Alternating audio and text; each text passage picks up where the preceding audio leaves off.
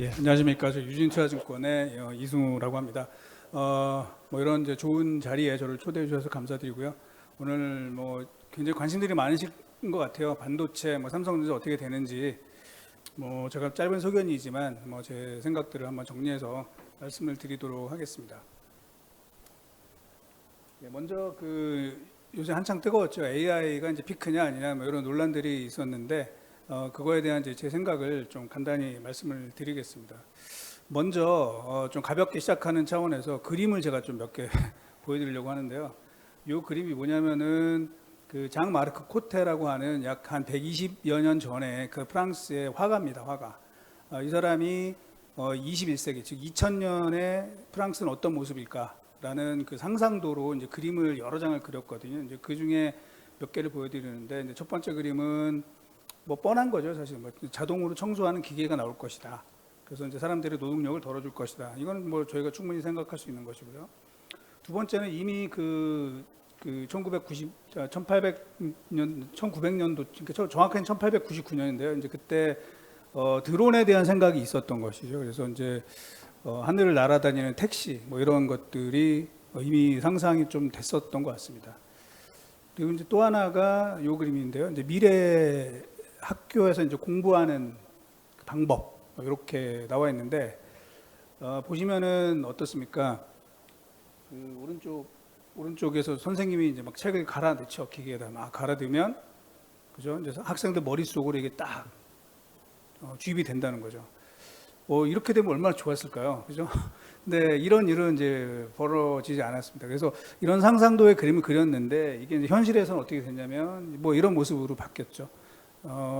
그 상상했던 것보다 이제 훨씬 더 진보된 그런 로봇 청소기들이 나왔고 또 실제 우리 UAM이나 이제 드론 같은 것들이 현실화되기 직전에 있습니다. 그런데 이제 자동으로 저희 머리에 이렇게 공부를 시켜줄 줄 알았던 이 학교가 사실은 학생들의 머리로 들어가는 게 아니라 보시는 것처럼 기계가 이제 그걸 학습을 하는 것이죠.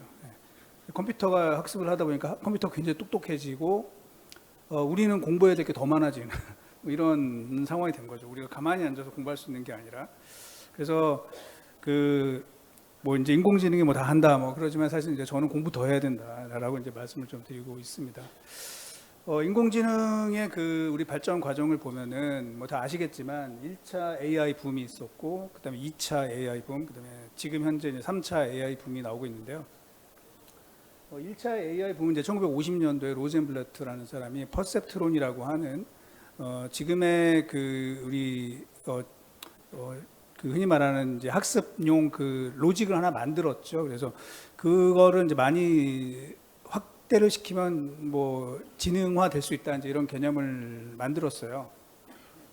그래서 이제 쭉 올라가다가 이제 결국에는 한번 거품이 꺼졌습니다. 왜 꺼졌냐면 그때 당시에 아무래도 당시에 이제 기술력이 부족했기 때문에 정부의 지원금에 따라서 이제 연구 과제가 수행이 되고 있었는데 당시 이제 베트남 전쟁이 발생을 하면서 이제 미국의 재정이 악화되고 이러다 보니까 예산이 깎이는 일이 이제 발생을 했던 것이죠. 그래서 1차 AI 붐이 채 꽃피우기 전에 몰락하는 일이 있었습니다. 그리고 이제 2차 AI 붐은 지금도 사실은 우리 AI의 대부라고 알려져 있는 이제 제프리 힌튼 교수가 역전파 알고리즘이라는 이 생각을 해냈고 그거에 크게 감명받은 미국의 달파에서 적극적으로 이제 지원을 해줘서 이제 준비가 됐었어요. 그래서 그 관련된 이론들이 이제 많이 나오게 됐는데 문제는 충분히 좋은 아이디어지만 이거를 수행할 수 있는 하드웨어가 없었던 것이죠. 그러니까 반도체의 성능이 저걸 따라가지 못했기 때문에 결국은 다시 한번 좀 붐이 꺼지는 일이 있었습니다. 그 당시에 이제 사실은 저는 전공을 컴퓨터 공학을 했었거든요. 이제 당시에 저런 내용을 어느 정도는 알고 있었는데 교수님들이 이게 안 된다 그러더라고요. 반도체 성능이 못 따라가고 뭐 기타 등등해서 안 된다 그래가지고 안 되는구나라고 생각을 하고 대학원에서 전공을 바꿔서 이제 경영으로 왔는데 계속 좀 할 걸 그랬었던 것 같습니다. 그래서 이렇게 돼 있다가 그 이후에 이제 엔비디아라는 회사가 등장을 하게 된 거죠. 엔비디아가 등장을 하면서 우리는 이제 당시에 뭐 이 게임용 GPU를 만드는지 알았는데 사실은 준비를 많이 했던 것입니다. 그래서 관련된 소프트웨어나 생태계를 이미 구축을 하기 시작했던 것이죠. 이게 이제 1999년 그다음에 뭐 2000년대 초반에 그런 일이 벌어졌고, 그다음에 이제 좀 전에 말씀드린 제프리 힌튼 이제 교수가 계속해서 뭐 자기 이론을 더 정립해 나갔습니다. 그리고 2007년도에 그 중국계 그 미국 대학 교수인 페이 리라고 하는 여자분인데, 이분이 데이터들을 확보를 한 겁니다. 그래서 이미지넷이라는 것들을 오픈을 했고, 그 이미지넷을 학습시켜서 이제 경쟁을 시킨 거예요. 누가 그림을 잘 맞추나 이제 이런 경쟁을 했는데, 거기에서 이 토론토 대학, 왜 토론토 대학이냐면 그때 제프리 힌튼 교수가 거기 지도 교수였거든요. 제프리 힌튼 교수의 교수 팀이 압도적인 성과를 내면서 사람들 깜짝 놀라게 합니다. 그리고 이제 그때 당시에 개발 주역 중에 우리 그 오픈 AI의 실질적인 그 테크 팀을 맡았던 우리 그죠, 뭐 그런 분들이 이제 등장을 했던 것입니다. 그래서 지금 올라가고 있는데, 이제 지금은 사실은 미국의 그 재정 문제도 그렇게 크지 않고, 그 다음에 기술적으로도 어느 정도 뒷받침이 되고 있기 때문에 제가 볼 때는 3차 AI 그 붐이 조금 더 이어질 가능성이 매우 높다. 이게 다시 한번 겨울이 올 것이냐? 뭐 저는 안 그럴 것 같습니다. 안 그럴 것 같다고 생각이 되고 있습니다. 그 이유는 사실은 뭐 AI 기술을 저희가 이제 그 AGI 이야기를 많이 하는데요. 이게 쉽지가 않은 거죠. 사실 현실적으로는. 왜냐하면 요 두 가지 이제 우리 중요한 내용들이 있죠. 그 폴라니의 패러독스, 그다음에 모라벡의 패러독스. 요건 이제 아마 퀴즈 프로그램 같은데 많이 나오는 그런 말인데, 폴라니의 역설은 뭐냐면 우리가 데이터로 표현할 수 있는 것보다 표현하지 못하는 데이터가 훨씬 많다. 그러기 위해서는 훨씬 더 그 가속해서 모아야 되는 그 길이 그러니까 가야 할 길이 훨씬 멀다는 것이고요. 두 번째는 이 모라벡의 역설은 사람에게 어려운 게 인공지능에는 쉽고, 사람에게 쉬운 게 인공지능 어렵다, 이제 이런 내용들인 거잖아요. 그래서 사실은 저희가 뭐 AGI 얘기 많이 하는데 거기까지 가려면 상당히 많은 그 난관이 있기 때문에 계속해서 좀 발전을 더 할 수밖에 없다라고 이제 생각을 합니다. 그래서 밑에 그 그래프를 그려놨는데, 뭐 이제 중간에 S 커브, 보통 이제 S 커브가 나오기 때문에 중간에 저런 과정은 있을 것 같지만, 저희가 장기적으로 보면은 계속 좀 가야 할 길이 많다라고 생각을 하고 있습니다. 또 하나는 우리 여러분들 많이 아시는 것처럼 지금 인공지능의 이 뭐 버블화 이런 걸 얘기를 하면서 2000년도에 IT 버블 이야기를 많이 하죠. 그래서 뭐 시스코 이야기 많이 들어보셨을 겁니다.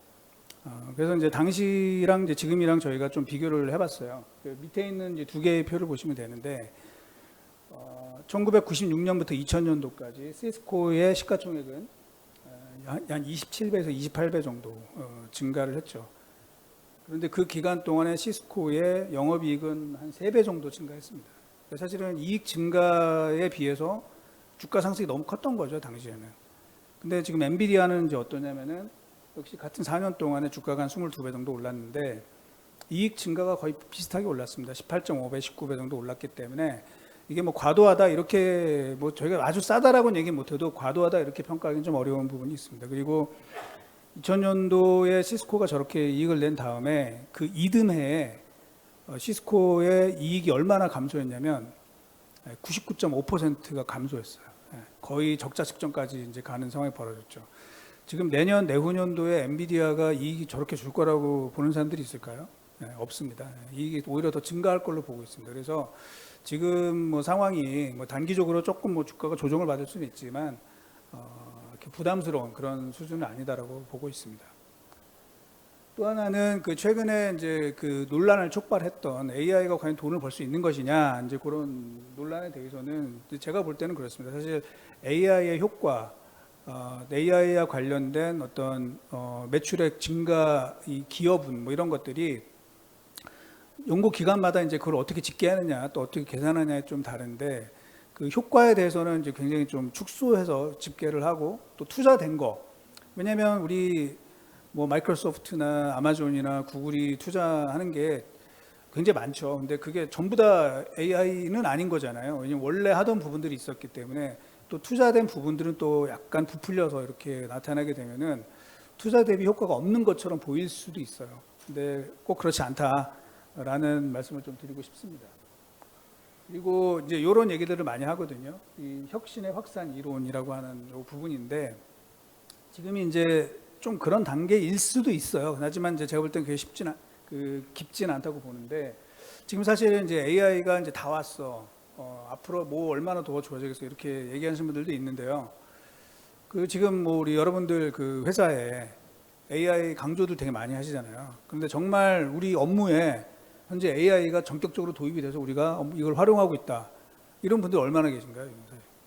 사실 별로 없을 겁니다. 그냥 다 관심이 있어서 우리가 챗GPT 써보고 이러는 거지. 또 코파일럿을 저희가 한번 체험해 보는 거지. 이게 현재 업무에 생각만큼 그렇게 많이 안 들어와 있다는 겁니다. 그래서 저 위에 있는 그래프에서 아직은 지금 초창기 이 국면에 있다라고 이제 저희는 생각을 합니다. 물론 그 과정에서도 이제 보면 밑에 있는 그림을 보시면은 그 일정한 구간에 들어가게 되면은 그 실제로 직접적으로 나타나는 효과보다는 이제 비용이 많이 들어갈 수 있는 구간이 있다라는 거죠. 그게 지금 현재 나타날 수 있는 그 상황이 될 수 있는데 그거를 이제 저희가 이제 Valley of Death라고 얘기를 하죠. 그래서 저 구간을 넘어서게 돼야 그 다음에 저희가 빛을 볼 수 있는 그 단계에 이르를 수 있다 이렇게 보고 있습니다. 실제로 이제 좀 전에 제가 말씀드렸지만 기업들의 AI 적용 비중은 아직은 굉장히 낮습니다. 별로 그렇게 많지 않다는 거죠. 그래서 초창기 국면이다라고 생각을 하고 있고요. 관련해서 물론 이제 뭐 언론이나 또는 이제 금융회사들에서 아까 말씀드린 것처럼 이 피크가 왔어 뭐 이런 얘기들 하고 있는데 실제로 AI에 투자하고 있는 많은 기업들은 그런 얘기를 안 하고 있죠. 알파벳의 우리 순다 피차이 뭐 저희보다 훨씬 많이 알 거 아니에요. 똑똑하고. 그런데 지금 AI와 관련해서는 과소 투자 위험이 과잉 투자하는 것보다 더 리스크가 크다. 그래서 우리는 투자를 계속 해나가야지만 된다. 그런 얘기를 하고 있고요. 메타 같은 경우도 그렇습니다. 지금 현 시점에서 너무 늦거나 필요하기 전에 설비를 늘리는 것은 너무 늦을 수 있는데 그렇기 때문에 우리는 설비를 계속 늘려나가겠다 얘기를 하고 있습니다. 최근에 뭐 빅테크 주가 일부 조정을 받았지만 메타 같은 경우는 지금 신고가를 내고 있습니다. 신고가를 내고 계속 좀 올라가고 있는 측면들이 있다라는 거죠. 아마존도 지금 자기네가 투자 많이 하고 있지만 하반기에 좀 더 투자할 것이다. 뭐 이런 식이 있기 때문에 뭐 곧 그 상황은 좀 지나가지 않을까라고 볼 수 있습니다. 그래서 이 AI 거품론에 대해서는 전혀 그렇지 않은 그런 상황이다라고 저는 보고 있습니다. 다만 일시적으로 이제 주가가 많이 올랐기 때문에 조금 뭐 쉴 수는 있겠지만 이 AI의 발전은 계속 될 거다라고 보고 있습니다.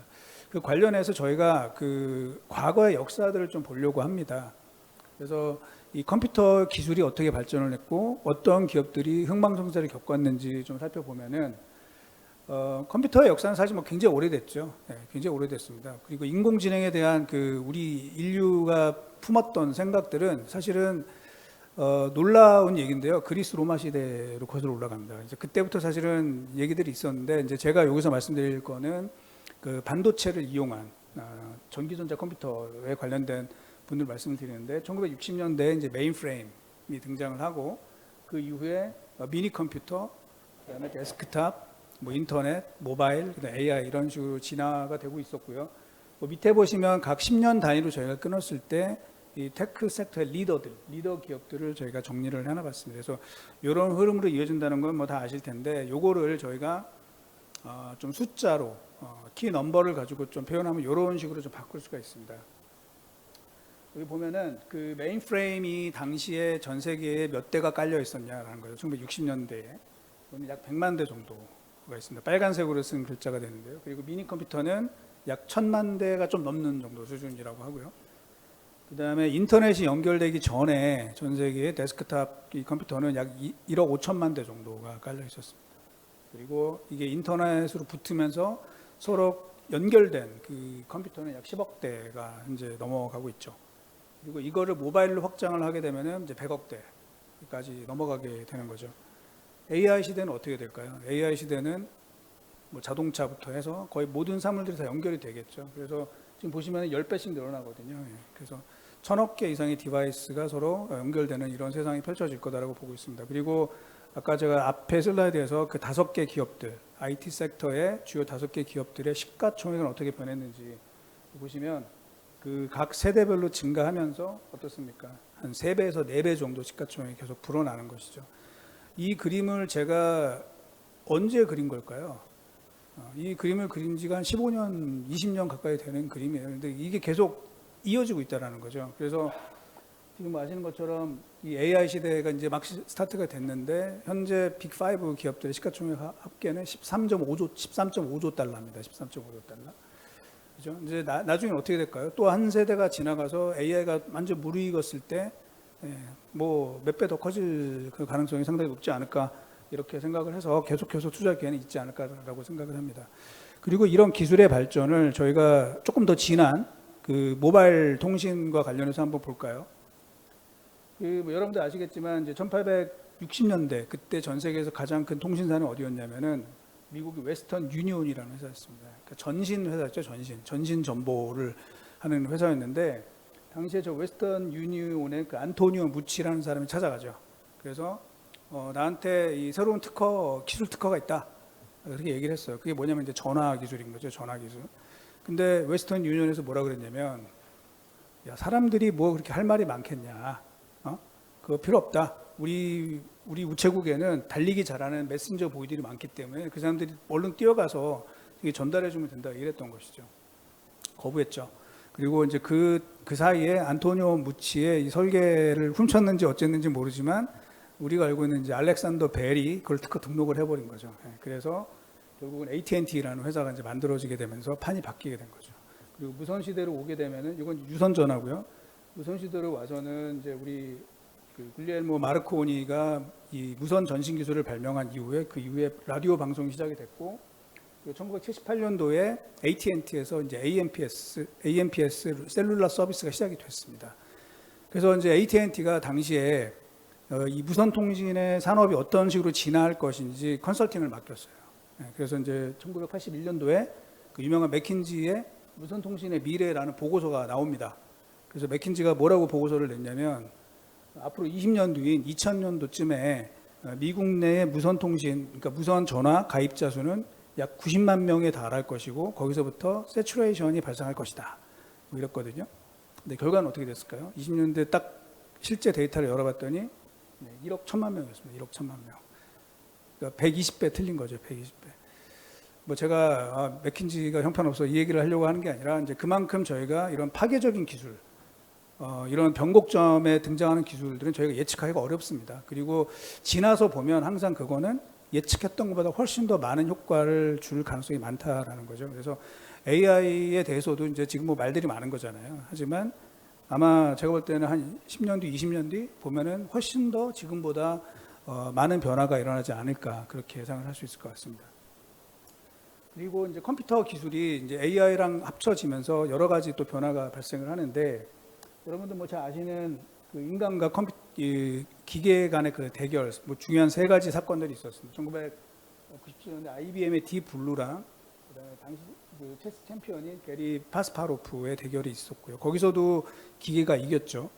그리고 2011년도에 IBM 왓슨에서 이제 결국은 사람의 말을 알아듣는 이 컴퓨터가 등장을 하게 되고 결국에 이 제퍼디라고 하는 이 퀴즈 쇼가 있는데요. 거기서 인간 그랜드 챔피언 둘하고 이 가운데 컴퓨터를 놓고 이제 퀴즈 대결을 펼쳤는데 뭐 아시는 것처럼 컴퓨터가 승리를 했습니다. 왓슨이 승리를 했습니다. 그리고 잘 아시는 2016년도에 알파고와 이세돌의 이제 대결이 있었습니다. 그래서 사실은 이제 저희가 관심을 가진 거는 그 왓슨이 나왔을 때부터 사실은 여의도에서 제가 그 IBM에 이제 담당하시는 그 임원분을 모셔서 강의도 같이 많이 하고 이제 그랬었어요. 그래서 그때 관련된 그분이 이제 퀴즈를 하나 냈습니다. 퀴즈를. 그거 한번 간단히 좀 볼까요? 그 중학교 1학년 학생이 현금 5,000원을 갖고 있다. 이 학생이 편의점에 가서 1,000원짜리 빵 한 개와 800원짜리 음료수를 샀다. 거슴돈은 얼마일까? 볼까요? 3,200원이 아니니까 제가 문제를 냈겠죠. 그래서 이거는 뭐냐면 학습이 돼 있어야 된다는 거죠. 관련된 데이터가. 그러면 중학교 1학년 학생 얘기를 들었을 때 더하기 빼기는 할 수 있겠다. 그리고 돈에 대해서 학습이 돼 있었다는 거죠. 그래서 5,000원을 냈다는 거는 뭐가 있냐면 5,000원이 뭔지를 알아야 된다는 거죠. 1번 5,000원 한 장의 가능성, 그죠? 2번 1,000원짜리 5장의 가능성, 그리고 동전하고 섞어서 5,000원을 갖고 있을 가능성. 그래서 답은 세 가지가 나옵니다. 3,200원, 200원, 그다음 0원 이렇게 나온다는 거죠. 그리고 그거를 확률적으로 컴퓨터가 지능적으로 이렇게 선택하는 일을 반복을 한다는 겁니다. 이 일은 있은 이후에 결국은 어떤 일이 벌어졌습니까? 엔비디아 주식이 결국은 알파고에 처음에 엔비디아 칩이 알파고에 들어갔고 그 이후에 주가가 200배에 올랐습니다. 200배. 그때 이제 저는 이제 저런 내용들을 세미나를 하고 다녔는데 제 지인 중에 한 명은 저 때 엔비디아를 샀어요. 사가지고 아직도 들고 있다고 합니다. 아주 부러워 죽겠습니다. 그래서 이런 일들이 좀 있었고요. 그 다음에 엔비디아가 저렇게 올라가는 동안에 이제 결국은 우리 인텔의 이 추락을 보게 되죠. 인텔이 왜 저렇게 추락을 했는지 다들 아시겠지만 몇 가지 실책을 했죠. 시대의 변화를 잘 못 읽었고 인재를 관리하지 못하는 그런 일이 벌어지면서 오늘날 인텔이 굉장히 처참한 그런 모습이 돼서 회사가 찢겨지는 이런 상황이 곧 발생하지 않을까라고 보고 있습니다. 요거는 뭐 또 넘어가고요. 요거는 이제 뭐냐면은 AI의 전체 생태계가 되는데 사실은 아직은 AI 생태계는 다들 아시는 것처럼 반도체에 좀 집중이 되어 있습니다. 그죠? 이게 확산이 돼야지 사실은 본격적인 그 테이크오프가 발생할 수 있을 거라고 보고 있습니다. 이렇게 좀 말씀을 드리고 그다음에 반도체 이제 전망에 대해서 간단히 좀 말씀을 드리면 어떻습니까? 우리가 반도체 굉장히 중요한 산업이잖아요. 그런데 사실은 반도체의 그 시장 규모는 생각보다 크지가 않습니다. 그래서 전 세계 그 GWP, 그로스 월드 프로덕트랑 반도체 매출액의 비중을 같이 놓고선 저희가 이렇게 따져보면은 오른쪽과 같은 그림이 나오는데요. 전 세계 GDP 합계 대비해서 반도체 매출액의 비중은 얼마냐면 0.5%입니다. 생각보다 크지 않죠. 그게 일단 좀 충격적인 부분인데 실제로 다른 산업과 반도체 산업의 매출액 사이즈를 좀 비교를 해본 겁니다. 반도체 저 아래에 있잖아요. 근데 반도체보다 예를 들면 에너지 산업에 이런 게 훨씬 더 매출액은 큽니다. 자, 그런데 이거를 우리나라로 적용하면 얘기가 달라진다는 거죠. 우리나라 GDP가 뭐 한 1.7조, 1.8조 달러 정도 되는데 한국의 반도체 수출액이 연간 1,200억 달러입니다. 한국은 저 비중이 0.5%가 아니라 8% 정도 됩니다. 8%. 그러니까 쉽게 얘기해서 반도체는 전 세계에서 중요한 것보다 우리나라에서는 한 15배에서 16배 중요하다는 것이죠. 그만큼 반도체에 대해서 우리가 잘 이해하는 것이 굉장히 중요하다는 겁니다. 이 슬라이드는 반도체 산업의 서플라이 체인 전체를 한번 요약을 해본 건데 뭐 다 설명드리면 좋지만 시간 관계상 그냥 참고 삼아 보시면 되고요. 사실은 이 슬라이드 한 장만 제대로 이해하셔도 반도체 전문가가 되실 수 있습니다. 그래서 이건 참고 삼아 보시면 되고요. 그 다음에 끝으로는 이제 삼성전자를 좀 얘기를 할 텐데 삼성전자가 지금 우리가 고민들이 많잖아요. 그리고 그 관련해서 한국 반도체 산업에 대한 현실을 좀 말씀드리고 싶습니다. 첫 번째 왼쪽에 있는 그림을 보면 이거는 미국 반도체 협회에서 나온 각 나라별 반도체 시장 점유율입니다. 보면은 미국이 50% 정도가 되고요. 한국이 2위입니다. 13.8%. 그러니까 작년에 메모리가 안 좋았기 때문에 좀 비중이 낮은 편인데 원래는 우리나라가 한 18%, 20% 정도 됐었죠. 근데 어쨌든 2위를 지키고 있어요. 그리고 그 뒤로 뭐 일본, 대만, 중국, 유럽 이렇게 포진이 되어 있습니다. 그런데 저 데이터는 한계가 있어요. 왜냐하면 저 데이터는 최종 제품을 기준으로 점유율을 매긴 거기 때문에 예를 들면 TSMC의 데이터는 저기 빠져 있습니다. 그래서 이제 저희 하우스에서는 전체를 한번 보자. 그래서 저희가 전부 다 볼 수는 없고 그 상장되어 있는 각 나라별 반도체 회사들의 매출액을 전부 더해서 점유율을 재산정을 했습니다. 재산정을 해서 봤더니 미국이 40%고 대만이 22%로 2위고요. 우리나라는 10%가 안 됩니다. 그러니까 우리나라 반도체가 지금 그 보통 첫 번째 차트를 많이 보거든요. 국내 뭐 주요 정책 세우시는 분들이나 이런 분들 많이 보시는데 저거 보면 틀린다는 거예요. 아니라는 거죠. 우리의 반도체 경쟁력은 대만 대비해서 절반밖에 안 되는 게 현실이라는 겁니다. 특히 제일 오른쪽은 역시 이제 시가총액, 시장에서 어떻게 평가받느냐는 것이죠. 그럼 전 세계 그 반도체 시가총액을 100으로 봤을 때 미국이 65% 정도를 차지하고 있고요. 우리나라는 5.8%입니다. 네, 충격적이죠. 네, 대만 그리고 유럽보다 낮고 중국과 비슷한 수준입니다. 최근에 주가가 더 떨어져서 아마 제가 볼 땐 지금 중국한테 역전당했을 것 같은데 그게 우리의 현실이다라는 거죠. 그래서 이런 부분들 저희가 잘 알고 있어야 우리의 약점을 잘 알고 있어야 또 이걸 극복해 나갈 수 있다는 것입니다. 또 하나는 이제 삼성전자에 관련된 말인데 우리가 지금 여러 가지 가슴들이 많이 아프잖아요. 삼성전자 힘을 이렇게 못 내고 있기 때문에 아무리 뭐 거래소에서 밸류업 해도 이 삼성전자가 힘을 못 내기 때문에 지금 주가가 좀 부진한 상황인데, 한번 볼까요? 제일 왼쪽에 있는 차트는 삼성전자의 무선 사업부하고 애플의 매출액을 비교를 한 겁니다. 2010년 이후로 보면 2013년도에 애플 전체 매출액 대비해서 삼성전자 모바일 사업부의 매출액이 73%였어요. 근데 작년에는 어떻게 됐을까요? 작년에는 22%입니다. 계속 뒷걸음질 친 거죠. 가운데 있는 그림은 삼성전자 비메모리 사업부입니다. 2012년도에 TSMC 전체 매출액 대비해서 삼성의 비메모리 사업부 매출액이 88%였습니다. 거의 비슷했죠. 근데 지금 작년 기준으로 얼마나 26%입니다. TSMC랑 격차를 좁히지는 못할 망정 지금 아주 큰 차로 현재 벌어지고 있는 게 현실인 것이죠. 메모리도 마찬가지죠. 여러분 아시는 것처럼 하이닉스 대비해서 원래는 2배 이상 격차가 났었는데 이제 지금은 한 20-30%밖에 차이가 안 나는 그런 상황이 벌어졌죠. 이 그림을 뭐 제가 그린 지가 꽤 오래됐어요. 오래됐고 삼성전자에 가서도 제가 강의를 했던 그런 자료거든요. 근데 뭐 아직 변화가 없는 거죠. 그래서 제가 아까 인텔 얘기도 했는데 인텔도 인텔 창립 50주년부터 회사가 이제 뒤틀리기 시작을 했었던 거잖아요. 근데 작년에 삼성전자가 반도체 적자를 냈는데 그때가 하필이면 이건희 회장이 우리 삼성의 도쿄 선언 했던 거 딱 40주년 되는 해였습니다. 그때부터 삐그덕거리기 시작을 했다. 굉장히 큰 위기라고 보고 있고 굉장히 큰 변화가 필요하지 않을까 이제 그런 말씀을 좀 드리고 싶습니다. 자, 그래서 이제 좀 잘 나가는 반도체 회사들, 예를 들면 브로드컴이라는 회사, 지금 시가총액 반도체 분야에서 2등입니다. 2등. 이 회사가 어떻게 이렇게 잘 나갔는지 이렇게 보시면 굉장히 많은 M&A를 했다는 것이죠. 이 반도체 회사가 반도체를 M&A 한 게 아니라 최근에 보시면 다 소프트웨어, 그다음에 보안, 클라우드, 네트워크 이런 회사들을 인수를 했습니다. 그게 바로 인공지능에 연결된다는 것이죠. 인공지능은 칩 하나만 잘한다고 되는 것이 아니다라는 거죠. 그러면서 저렇게 확대해 나가야 되는데 우리는 움직이지 못했다. 삼성은 움직이지 못했다. 결국은 좀 큰 변화가 필요하지 않을까라는 말씀을 드립니다. 요거는 이제 뭐 미국이 중국을 어떻게 견제했는지 하는 건데 견제에 저는 성공을 했다고 보고 있어요. 예, 상당히 지금 사실은 뭐 최근에 보면은 이제 중국이 뭐 7나노를 쫓아와서 뭐 어쩌고 저쩌고 얘기가 많은데 저기 막대 그래프를 보시면은 2017년도에 미국과 중국의 컴퓨팅 파워는 거의 비등비등했습니다. 그런데 그 이후에 미국이 중국을 강력하게 압박을 하면서 지금은 10배 차이가 납니다. 10배 차이. 그러니까 중국이 잘한다고는 하지만 사실은 제자리 걸음을 걷고 있는 거고요. 미국이 큰 격차로 앞서나가고 있기 때문에 미국 중심의 이런 흐름은 계속 좀 더 될 가능성이 높다라고 본다는 것이죠.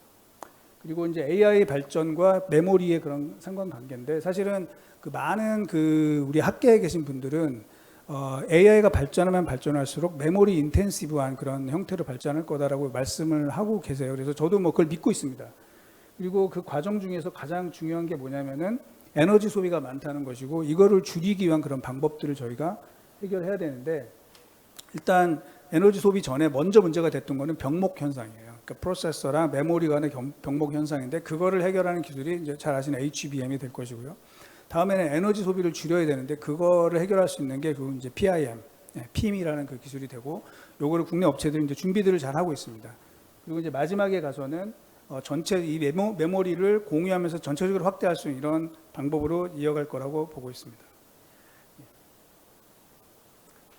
자, 그리고 업황 전망과 관련해서 추가로 조금 말씀을 드리도록 하겠습니다. 제가 4시 20분까지 발표하면 되는 거죠? 예. 요거는 이제 최근에 실적 발표에서 주요 기업들이 했던 코멘트들을 제가 7월, 8월까지 이게 제가 자료를 8월 달에 마감해서 보낸 거기 때문에 좀 정리를 해봤는데 지금 보시면은 이제 빨간색으로 쓴 게 뭐냐면 별로 안 좋은 내용이라는 거예요. 그래서 사실은 최근에 이 실적 발표에서 많은 해외 기업들이 약간 우려 섞인 전망들을 꽤 많이 하고 있다라는 겁니다. TSMC는 잘 나가니까 지금 괜찮은데 나냐 같은 경우에는 저기 디램 업체거든요. 디램 수요가 강하지 않다라는 이야기들을 하고 있어요. 그러니까 HBM은 좋아요. AI용 HBM은 좋지만 디램 전체적인 수요는 우리가 강하다고 보기 좀 어려운 부분이 있고 그다음에 많은 반도체 업체들 NXP나 뭐 이런 업체들 NXP뿐만 아니라 이제 많은 자동차 이 반도체 관련 업체들이 전망이 이렇게 좋지가 않습니다. 그러니까 아무래도 이제 수요 둔화가 뭐 단기적으로 좀 있을 수 있다라는 거죠. 그동안 금리가 너무 높았기 때문에 그런 가능성들이 있다라고 이제 보고 있습니다. 물론 이제 빅테크들은 뭐 계속 좋은 얘기를 하긴 했지만 이제 그때 하필이면 7월 말에 좀 여러 가지 아까 AI 피크 논란들이 좀 있어서 주가가 썩 좋지 않았고요. 그리고 뭐 인텔 같은 경우는 뭐 지금 상황이 안 좋은 거 잘 아실 겁니다. 하지만 그 AI와 관련된 업체들은 내용이 좋습니다. 사실은 우리 슈퍼마이크로라는 회사 뭐 지금은 조금 이제 주가 많이 빠지긴 했지만 이 회사가 준 가이던스를 정리를 해보면은 시장에 예상하는 것보다 더 좋아요, 사실은. 전체적인 상황이 좋은 것은 아니지만 AI와 관련된 투자는 계속 될 것이고, 그럼 반도체 업체들도 당연히 거기에 맞는 전략과 방향으로 가야 되는 것이죠. 이제 거기에서 뭐 아시는 것처럼 삼성이랑 하이닉스가 조금 차이가 났고, 그래서 이제 주가적으로 좀 많이 그 좀 다른 방향으로 이어지고 있는데. 결국은 뭐 대비를 잘 해 나가지 않을까 좀 생각을 하고 있습니다. 이건 뭐 참고삼아 보시면 될 것 같고요. 그 다음에 이제 또 여기 보시면은 최근에 그 몇 가지 논란들이 있습니다. 뭐 잘 아시는 그 한국 증시를 강타했던 이 모건 스탠리의 반도체 겨울 이야기가 또 있는데, 사실은 상반기부터 이 피크아웃 논란들은 상당히 많이 있어서, 이 피크아웃이라는 게 뭐냐면 실제 매출액이 줄어든다, 이익이 줄어든다, 그게 아니라 매출액의 증가율이 꺾인다라는 거죠. 뭐 아시겠지만 이 증시에 있는 계신 분들은 이제 워낙 지금 똑똑해져 가지고 항상 선행 지표를 찾기 위해서 노력들을 많이 하시잖아요. 그러다 보니까 매출액 자체가 아니라 매출액 증가율의 모멘텀이 언제 꺾이는지 이제 그것들을 굉장히 많이 보시거든요. 근데 꺾였어요, 이제 사실은 이미 상반기에. 왜냐하면 그거는 작년에 상반기에 워낙 낮았잖아요. 그래서 YOY 매출액 그로스를 보면은 저기 위에 있는 그림, 그 전 세계 D램 매출액의 성장률인데요.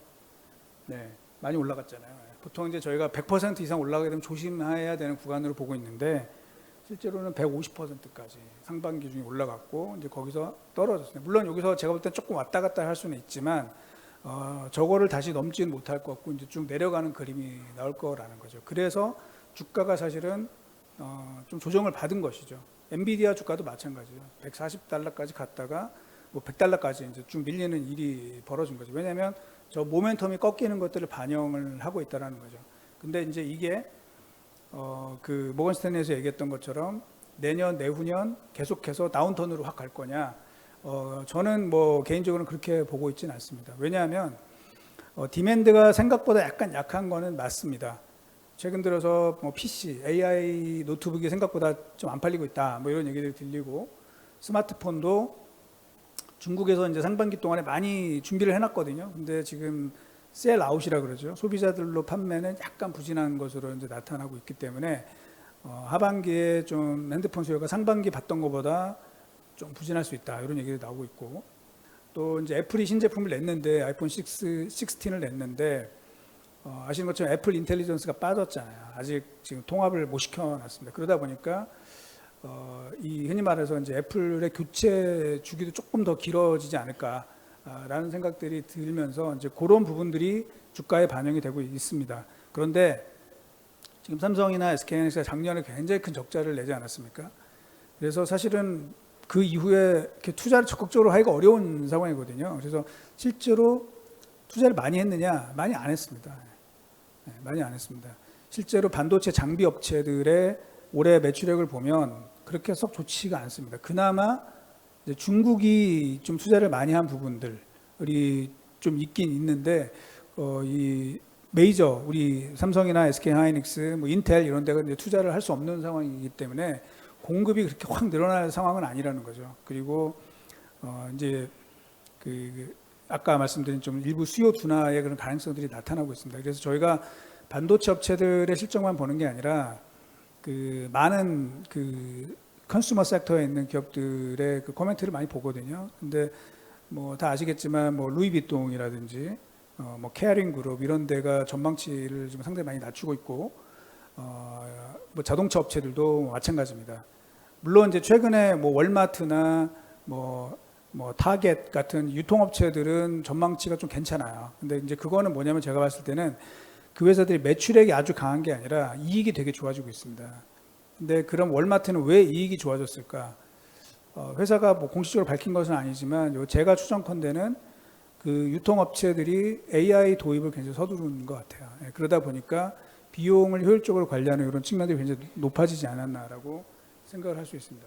그래서 이제 그런 말씀드렸고, 이제 엔비디아도 이제 뭐 그 다들 관심이 많으실 텐데, 그러니까 저희는 그 제가 그 올해 하반기는 좀 조심해야 될 것 같다고 말씀을 드렸어요. 이제 이거는 그게 왜 그러냐면 엔비디아도 마찬가지거든요. 여기 보시면 저거는 이제 AMD랑 그 엔비디아의 데이터 센터용 그 칩셋의 매출액 증가율입니다. 매출액 증가율.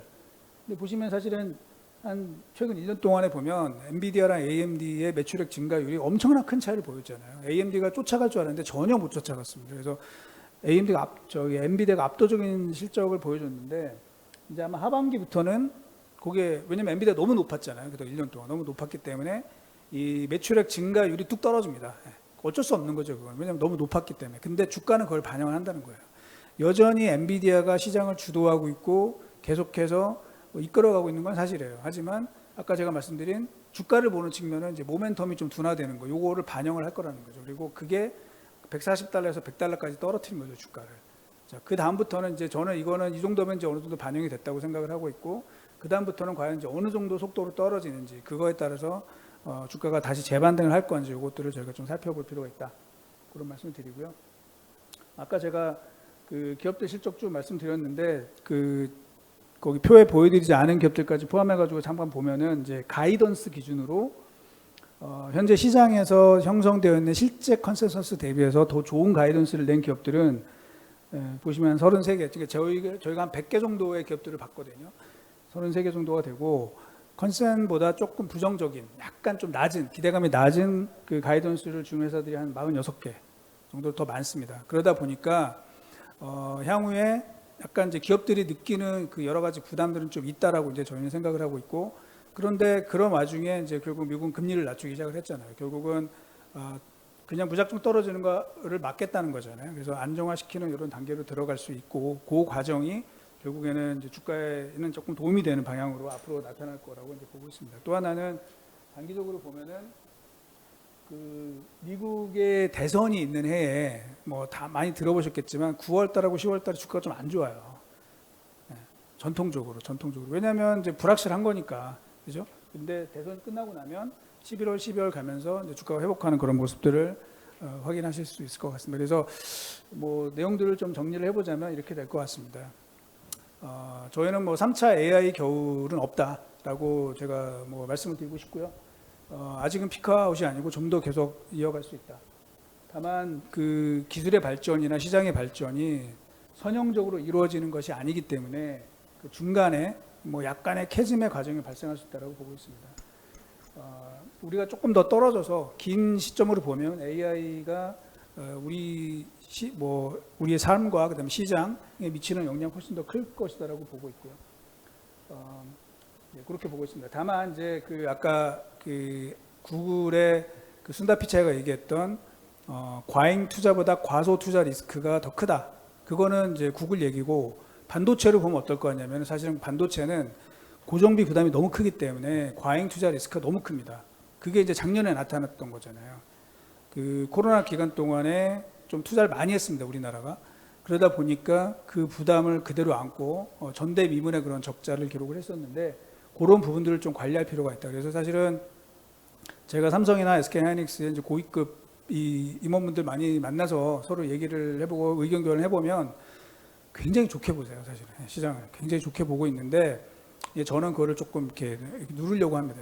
지금 왜냐하면 투자가 그러다가 많아지면 이제 저희가 또 크게 당할 수가 있기 때문에 조심하자고 그런 말씀을 드리고 싶습니다.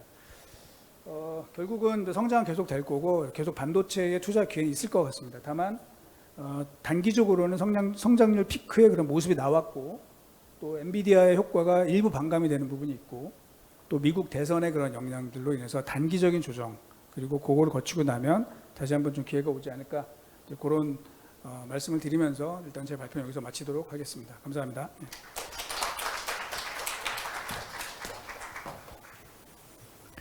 네, 홍기영 소장입니다. 우리 이승우 리서치 센터장님의 AI와 반도체 시장의 지금 현황과 주요 이슈 그리고 전망에 대해서 주제 발표를 들어봤습니다. 질문이 들어와 있는 내용이 있어서 제가 대표로 질문을 하겠습니다.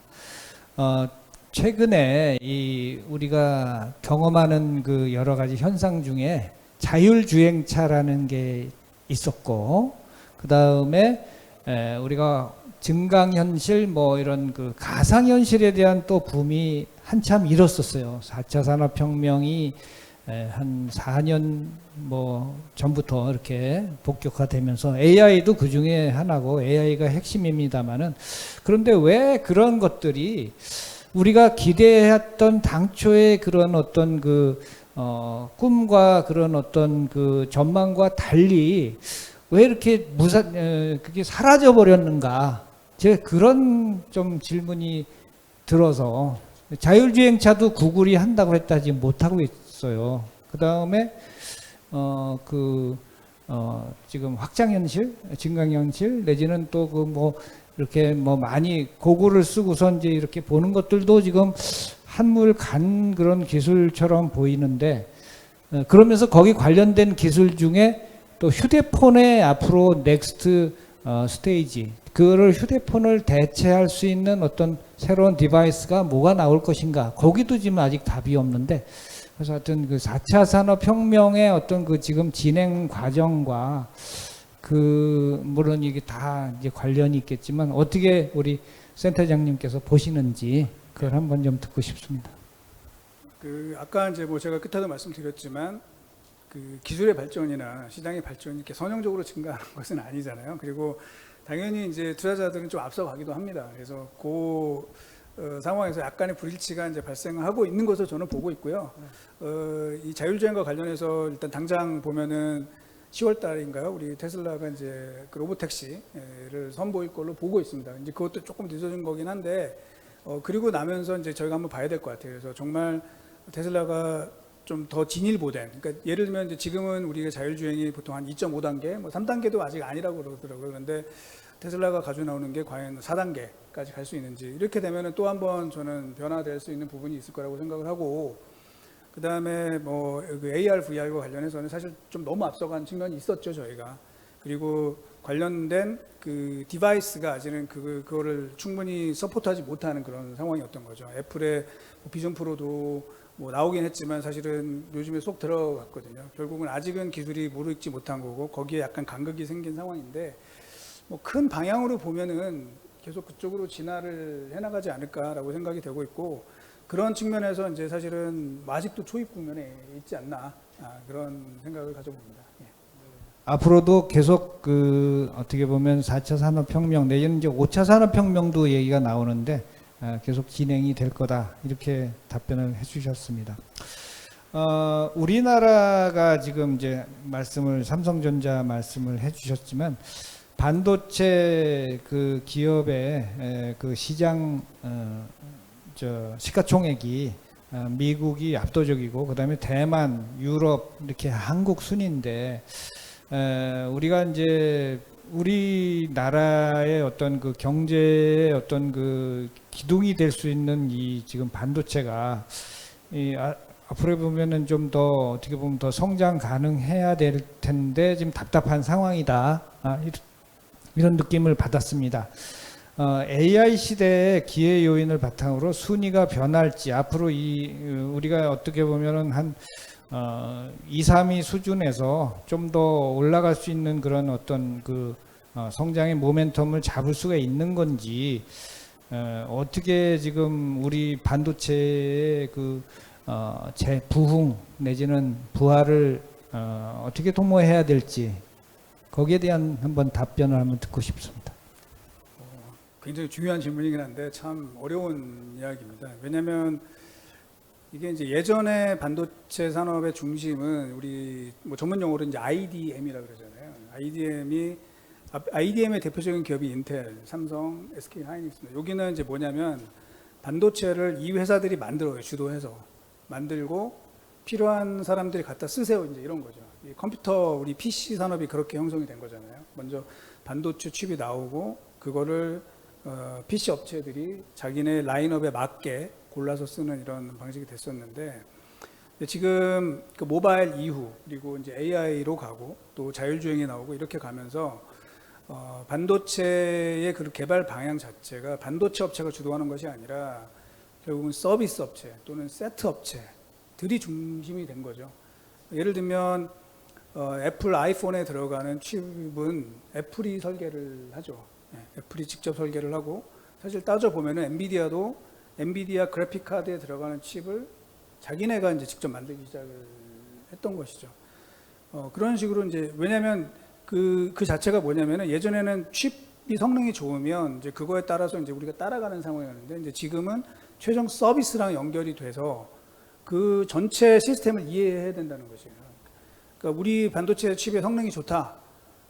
그것만 갖고는 안 된다는 거죠. 이거를 최종 소비자들이 어떻게 사용하고 최종적으로 서비스를 어떻게 갖다 붙일지 이거에 대한 그림이 있어야지만 딱 거기에 맞는 그 방식으로 발전이 되는 거죠. 즉 반도체의 헤게모니가 과거에 그냥 반도체 제조 역량 물론 이제 중요합니다. 그게 중요한데 제조 역량에서 이제 결국은 시스템 전체를 이해하고 서비스를 이해하는 이런 방향으로 갔다는 것이죠. 그런데 우리가 이제 거기에서 조금 뒤처진 부분들이 있습니다. 여전히 그 제조 중심의 마인드가 있었다는 거죠. 그래서 AI도 이제 마찬가지인데요. 국내에 이제 꽤 많은 스타트업들도 있고 국내뿐만 아니라 이제 미국에도 그런 업체들이 많아요. 일부 업체들을 보면은 우리의 AI 칩이 뭐 일부 기능은 엔비디아보다 더 뛰어나요. 뭐 이런 게 주장하시는 분들이 꽤 있거든요. 실제로 뭐 괜찮은 것 같아요. 제가 봐도. 그런데 매출액이 안 납니다. 왜냐하면은 엔비디아는 잘 아시는 것처럼 자기네 칩을 이용해서 어플리케이션을 개발하고 최종적으로 서비스를 어떻게 이어질지를 쿠다라는 우리 프레임워크에 다 만들어 놓고 있다라는 거죠.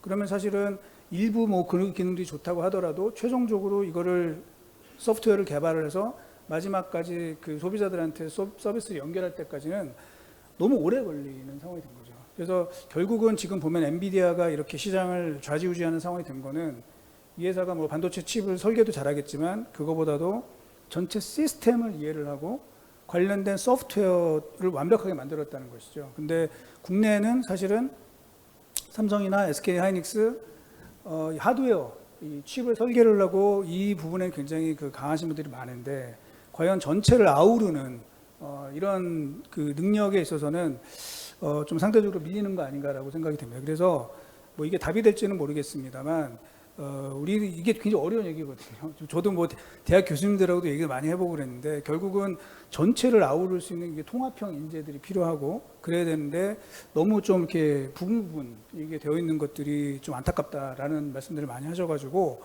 뭐 사회 전체가 이제 결국은 그런 통합형 인재 뭐 이런 좀 너무 큰 얘기인데 이 결국은 그런 쪽으로 좀 진화를 해야지만 우리가 주도권을 다시 좀 잡지 않을까. 왜냐면 개인별로 보면 사실은 한국의 인재들 굉장히 뛰어납니다. 제가 이제 만나봐도. 근데 그런 통합형의 그런 학습이나 교육이나 또 민지 개발 이런 것들이 필요하지 않을까 그렇게 생각을 합니다. 예. 네, 지금 시간이 거의 돼서 질문이 좀 더 구체적인 질문이 있는데 나중에 제가 여쭤보도록 하겠습니다. 네. 자, 지금 이승우 리서치 센터장님의 좋은 강연과 또 아주 정성스러운 답변까지 우리가 들었습니다. 감사합니다. 네, 감사합니다.